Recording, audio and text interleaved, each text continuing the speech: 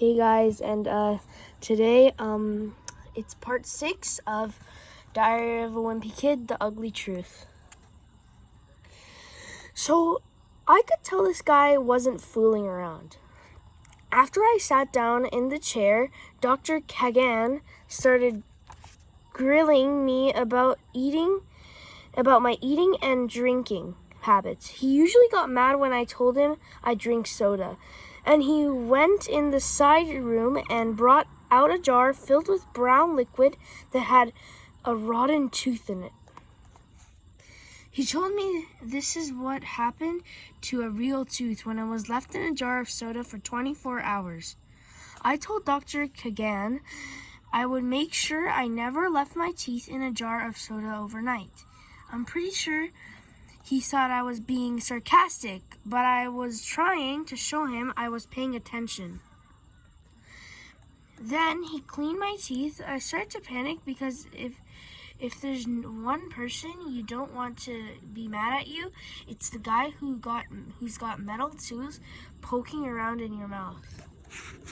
At one point, Dr. Kagan started doing x-rays. He put a piece of plastic between my teeth and told me to bite down. Then he took an x-ray and got the next piece of plastic ready.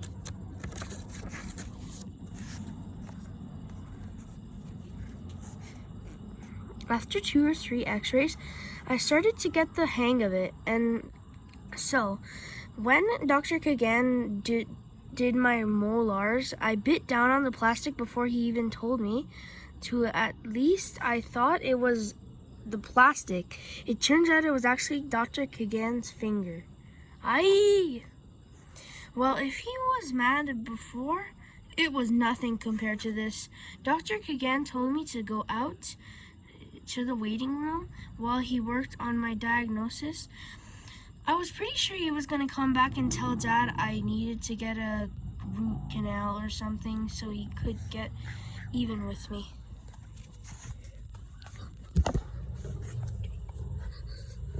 Sorry, there's mosquitoes, guys. But Dr. Kagan actually did something even worse.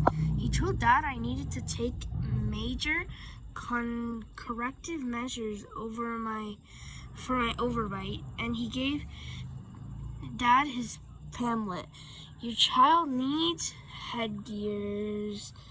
Dr. Kagan said I would need to wear my headgear at all times, especially during the day when I'm at school. So obviously he's trying to ruin my social life.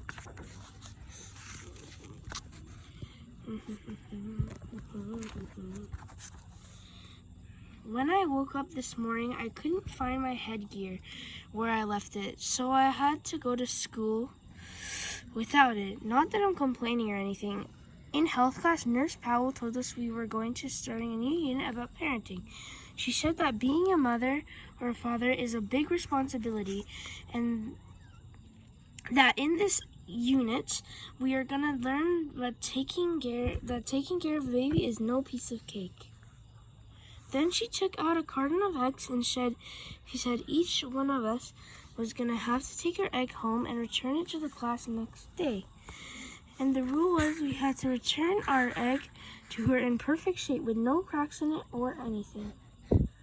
Now I don't know what a chicken egg has to do with a baby, but this is one of the situations that make me wonder if it'd be better getting an education of mom and dad switching me over to a private school.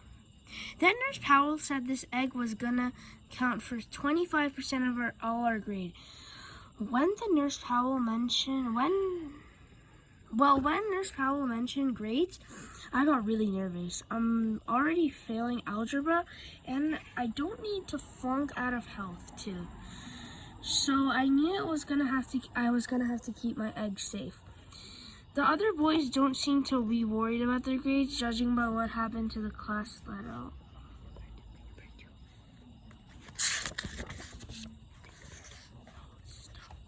Okay, move this. Okay, guys, we're just gonna go in the house because there's so many mosquitoes.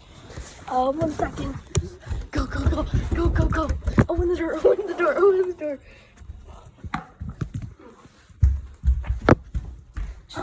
Turn on the light, right there, right there. Why didn't you close the door, Kira? I have no hands. Okay. Ouch. Okay, guys, we're back. Okay. I heard it took the janitor all afternoon to scrub the yolks off the lockers. The only boy beside me who didn't break his egg right away was Rowley, who tucked it in his shirt pocket. Come along, Rowley Jr. I didn't have a shirt pocket or anything or anywhere safe to put my egg. I need to figure out something quick. I ended up getting a huge wad of toilet paper from the bathroom and stuffing it into my backpack for cushioning. I had to take some of my books out so they wouldn't crush the egg. So I guess that means I won't be doing my history homework tonight. Bruh. I'm nervous around eggs anyway because of an incident that happened last year. My family got invited to the Snella's house for another one of their kids' half birthday parties. The Snellas had a table set up with all sorts of food, and most of it looked too fancy for me, and I knew Mom would think I was rude if I didn't put something on my plate. The only thing I could actually recognize was the deviled eggs because I had them at Grandma's house a couple of times. I put about 10 of them on my plate, but when I bit into one, I gagged. The deviled eggs at the Snella's house didn't taste anything like the ones Grandma makes. And now I had a whole plate full of them. So I waited until no one was looking, and then I dumped all the deviled eggs in this plastic plant in the dining room. She got away with it, but a few weeks later, Miss Snella told Mom there was a really bad smell in their house, and they couldn't figure out where it was coming from. At first, Mr. and Mrs. Snella thought the smell was coming from the carpet, so they hired a cleaner to come shampoo the rug, but that didn't solve their problem. And they thought maybe a squirrel or mouse died in their walls, so they had a carpenter come and try to find it out. After a few weeks, I guess they couldn't take the smell anymore, so they moved out. And I have to admit, I feel a little bit guilty when I saw it. When I saw they were taking their plastic plant with them. Ever since, I've been trying to figure out how to sneak some deviled eggs into Fregley's house. Yesterday, when I got home, I put my eggs in my safe. It wouldn't be safe in there. Whenever I have something new, Manny finds a way to get it and wreck it. In fact, it only took a day and a half for Manny to find my headgear. And I don't care what Dr. Kagan says, there's no way I'm putting that thing in my mouth again. I thought about hiding the egg at the top of my closet, but that wouldn't stop Manny. I hid some comic books up there once, but that boy can climb like a monkey.